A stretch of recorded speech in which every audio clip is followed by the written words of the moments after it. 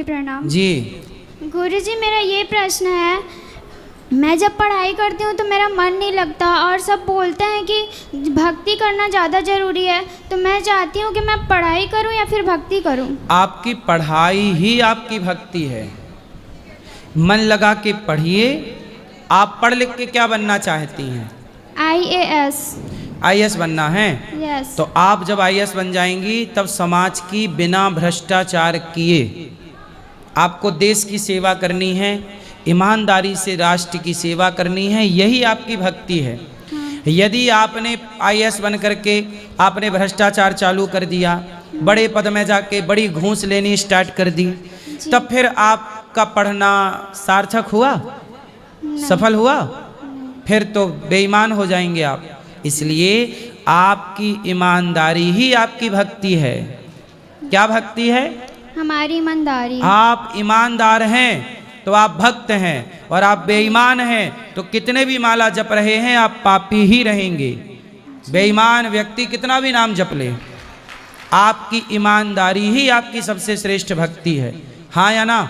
Doctor ईमानदारी से इलाज करे वही उसकी भक्ति है। पर मुर्दे को भर्ती कर ले तो पढ़ा लिखा तो है, डॉक्टर है, पर मुर्दे को भर्ती कर ले रहा है, किडनी लीवर बेच दे रहा है।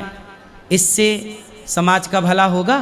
नहीं। उस डॉक्टर का भला होगा? नहीं। इसलिए बेटा ईमानदार होना ही भक्ति है। और बेईमान होकर कितना भी माला कोई जपे वो पापी ही रहेगा, उसके माला जप का कोई लाभ नहीं। माला जप रहा पर पापी है, भ्रष्टाचार कर रहा है, बेईमानी कर रहा, देश के साथ गद्दारी, भ्रष्टाचार करना, भारत माता के साथ बेईमानी है या नहीं है? फिर तो आपको बेटा पढ़ाई करना है, इसलिए कि आपको ईमानदारी से देश की सेवा करनी है। तब आपकी सेवा भक्ति है, आपका पढ़ना भक्ति है, सब कुछ भक्ति है। फिर समझ में आई? क्या समझ में आया?